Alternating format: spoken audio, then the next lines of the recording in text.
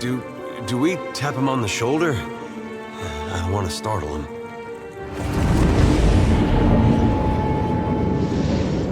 Watcher, I wasn't sure you'd make it. But there is enough of you in me to grasp that you had a better chance than most. Some would say it's because you have a strong soul. Great deeds come easily to one so spiritually blessed. Or have you become great because of what has been thrust upon you? Watcher of Cadnua, Herald of Berith, Hound of Eothas.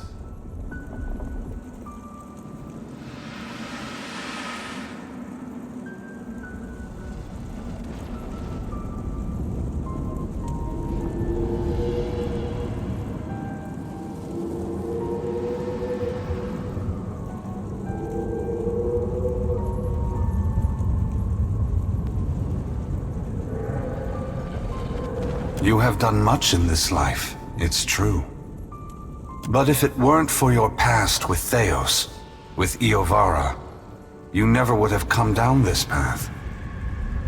But you have come a great distance for answers. What would you ask of me, Watcher?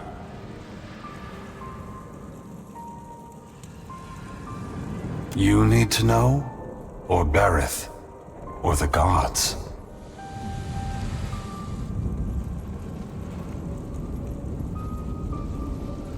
It seems someone else needs to know.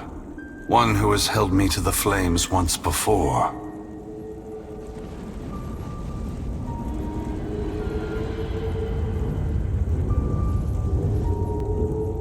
Of course. Magrin fears what I will do, just as she feared what I would do in the Deerwood. But this time is different. This time, there is no power on Eora or in all of hell to stop me. Understand that what I'm saying is neither a boast nor a challenge. It is the clearest statement of truth I can give you, give Berith, in the hopes of dissuading you from taking actions that may harm others.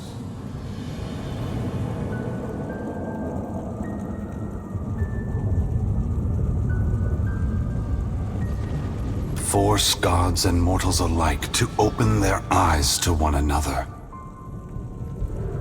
It seems my sister does not like the sound of that. I want to return the gods to our original purpose, and to allow mortals to worship us, or ignore us, for what we are, not what we pretend to be.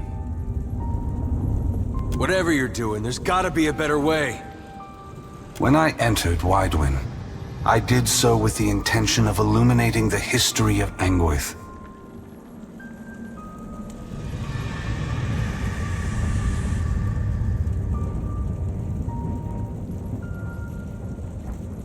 I wanted to show all the nations of the Eastern Reach the machines we had used to create ourselves. How we had hidden our true nature from mortals for millennia. But even if I had succeeded, my words would have been easy to deny. Belief creates the foundation upon which a mind's reality is built. Some minds can never let go of that foundation. They would rather hold tight to the world in their mind than accept what they're being told.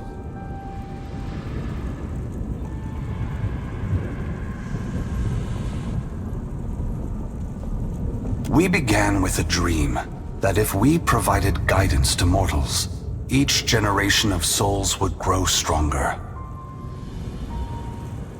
And if the souls grew stronger, societies would become better, moving ever closer to achieving the potential we believed all mortals have within them.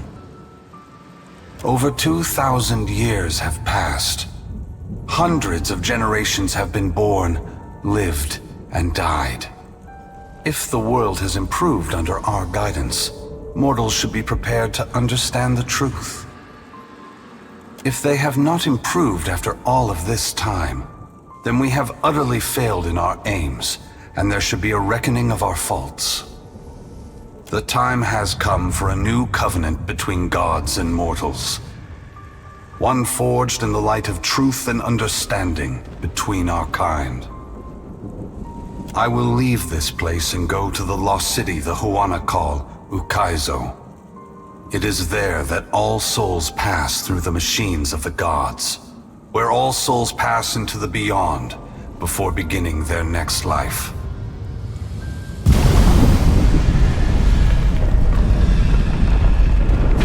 When I reach that place, I will find our great machines and tear them to pieces. I will smash the great wheel until the lights of hell all gutter and die. And when my work is done, I will leave this world forever.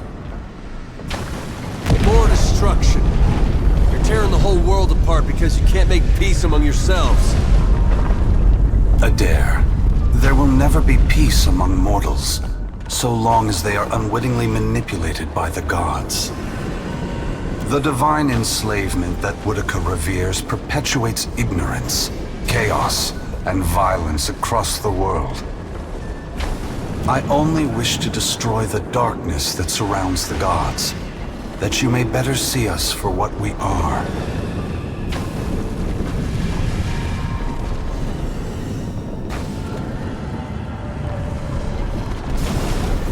Both gods and mortals alike rely on the wheel.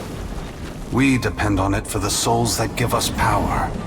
Mortals depend on it for the lives of future generations. Breaking it will force all of us to face the truth. We will fail together or move forward together. Either ending is preferable to the cycle we still find ourselves in.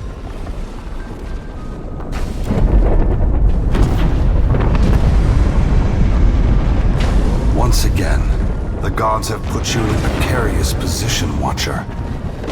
Considering all the troubles I have put you through, the least I can do is protect you from the wrath Magrin has intended for me.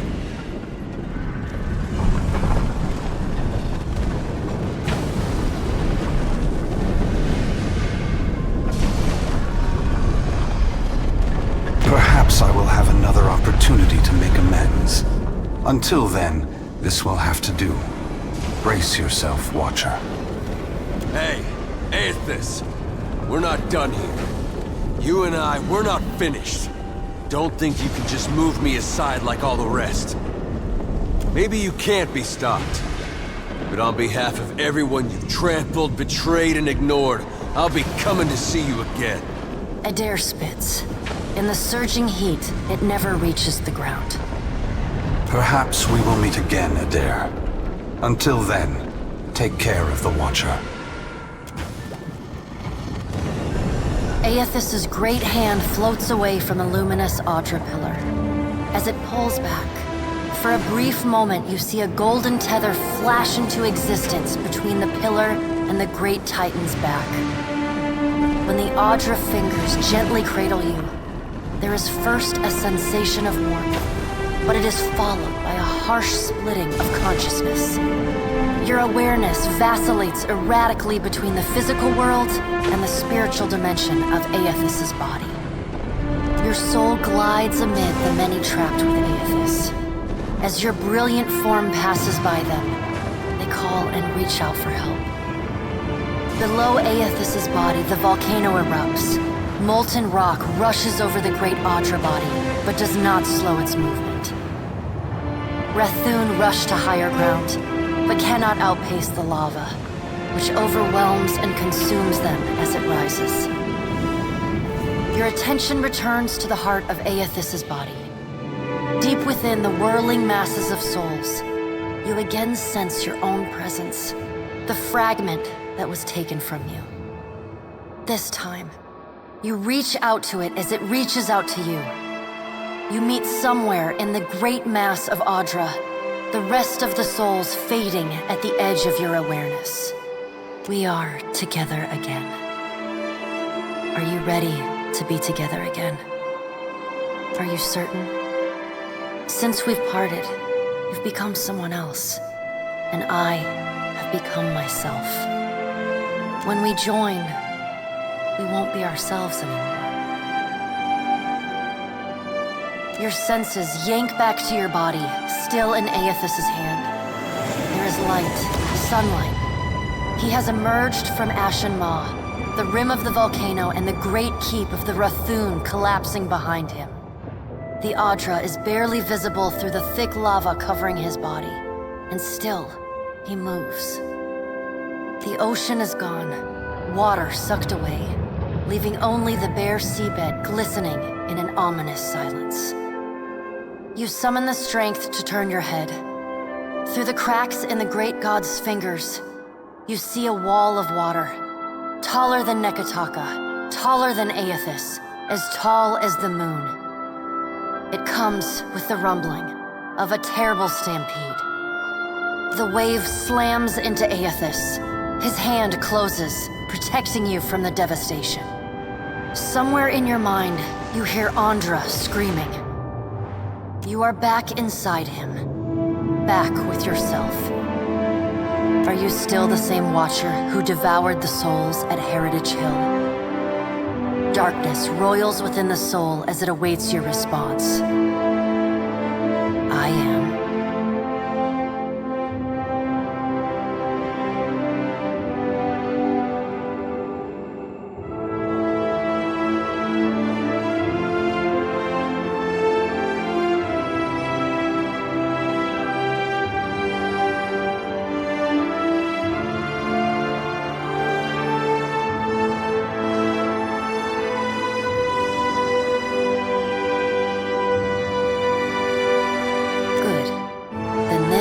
Should be easy. You feel cool air, seawater. The back of your mind pulls your attention back to your body. Eothas stands amid the now calm waves.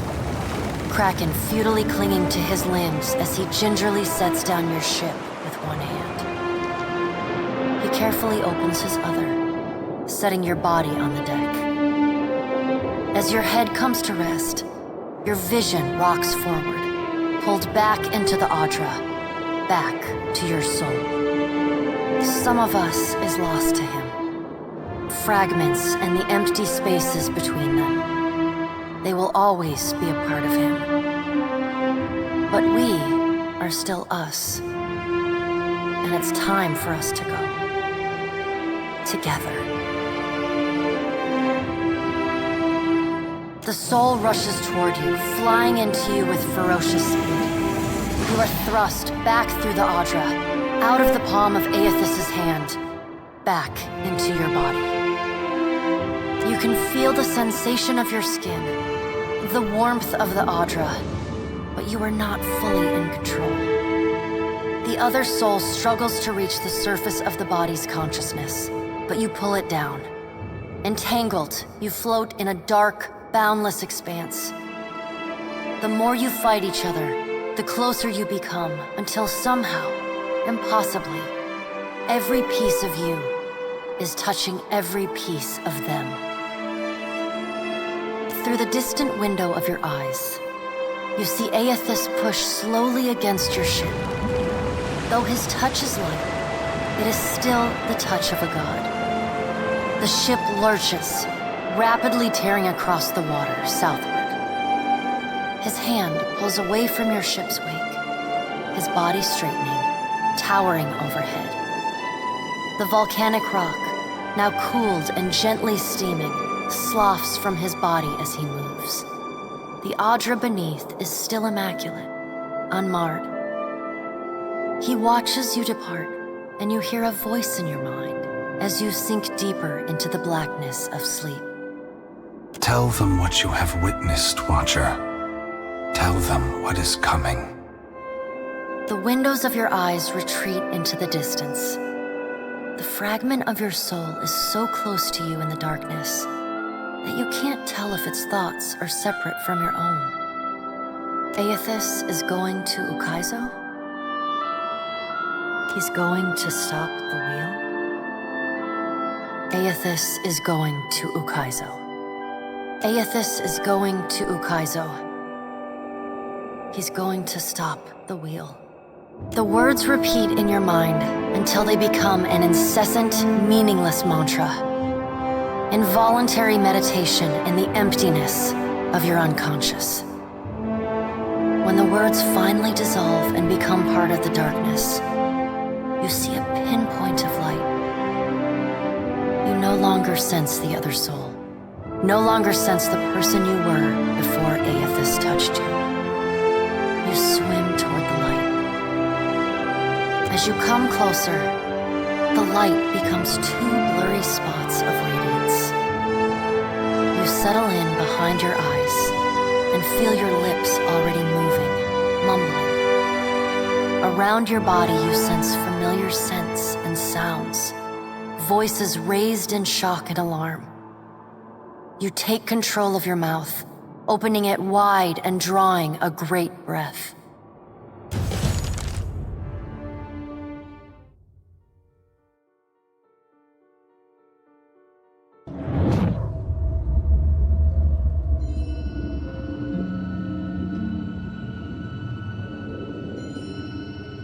Are we simply going to wait? What if he never wakes up? Are those frilled collars stuffed in your ears? If the Watcher's mumblings are right, then Eothas is marching on Ukaizo. We have to move. He's seizing power from the very gods who betrayed him, destroying the wheel to make sure they never come back. It's a coup, and we have to muster the strength to stop it. The unraveling of Kohopa from Tangaloa is our greatest test from the gods, I say. We must live to deserve the world they make for us.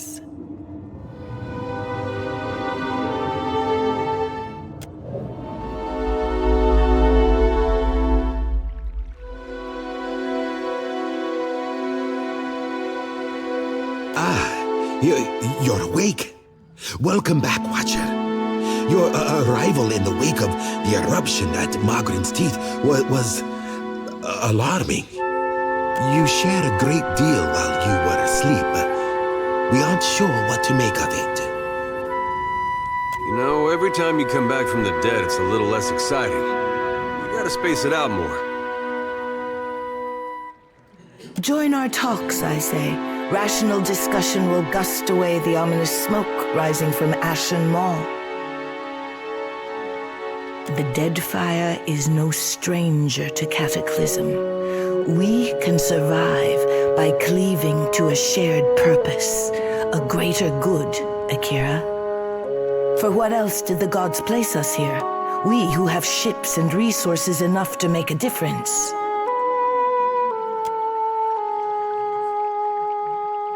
What we need is brass.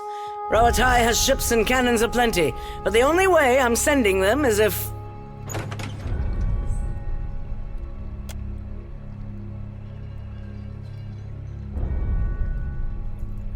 Ships have formed the blockade around Queen's Berth. Their commander demands parley with Serpent's Crown. What? But what about our ships? I must get a message through to the captains. For what do our enemies paint a target on their hull? This is a stirring bid for my attention. Send word to my water shapers to drain the sea around the flagship. I would parley on better terms than this. My queen! They fly the colors of pirates! The Principe are... Well, what have we here?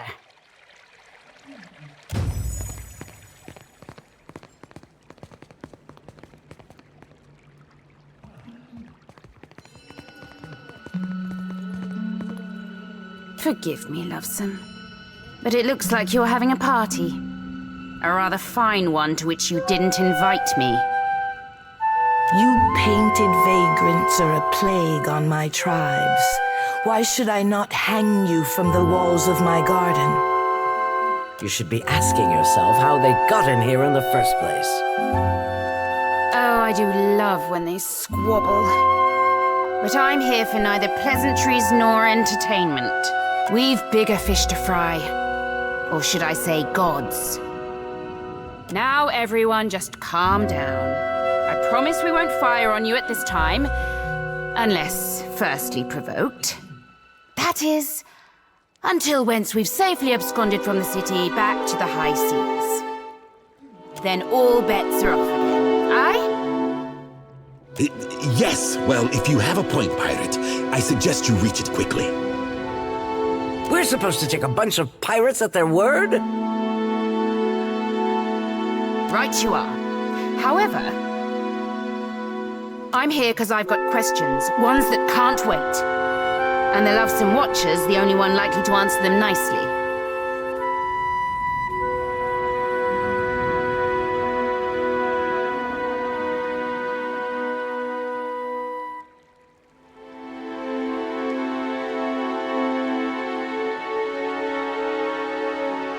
Ukaizo? What's the lost city of gold got to do with a god on a rampage?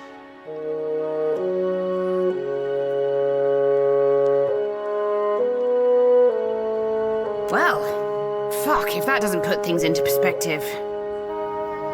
But what's that even mean in the long run? Folks who die won't be coming back again.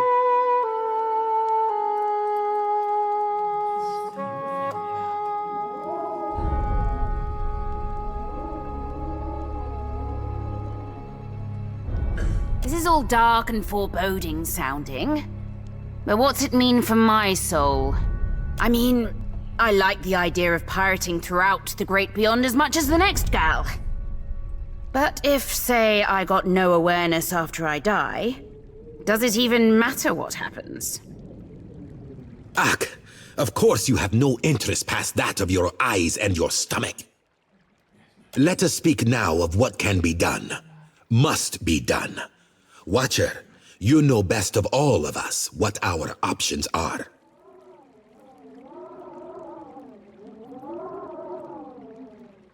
The Huana made compacts with the gods on Lost Ukaizo.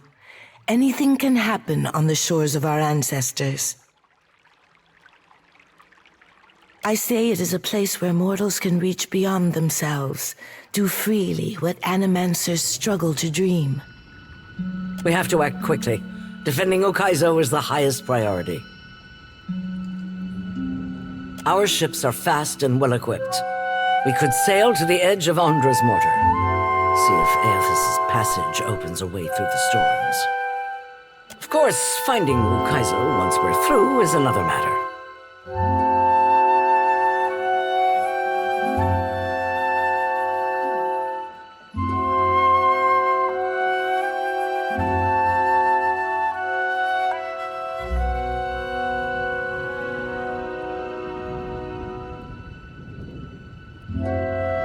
That's so. You just might be able to save us. We speak of collectively sailing for Ondra's mortar, but this crown will not support any plan that involves a single outsider ship landing on the shores of Ukaizo. It is for this moment that the gods test me. Anyone who seeks to cross Ondra's mortar will learn that the gates of Ukaizo are the end of compromise with the Huana.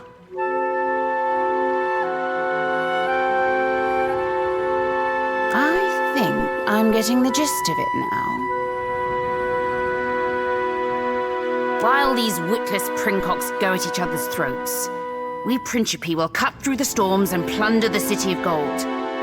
Whatever Eothas is seeking in those ruins, we'll find it, and then we'll sell it to the highest bidder. That, or me and mine will have front row seats to the end of the world. If the Huana cannot take back our beginning, then our end fast approaches. The gods will judge us by our devotion to Ukaizo. Are you going to guard it as closely as you've guarded your palace today? Ukaizo was yours once, and you lost it. Meanwhile, we will help the Watcher stop Eothas, but we will not leave our country's future in soft hands. We hope the Watcher agrees. Watcher, there are two kinds of people in the Deadfire. Those who have called it home since time immemorial, and opportunists. With Ukaizo under our control, the Huana would restore order as it has not been seen since the days of our ancestors. Ak, order. And the only question is whether it will be the order of ignorance and tradition, or else of conquest. The secrets to be found in Ukaizo could elevate us all beyond the telling. I will not relinquish that dream so easily.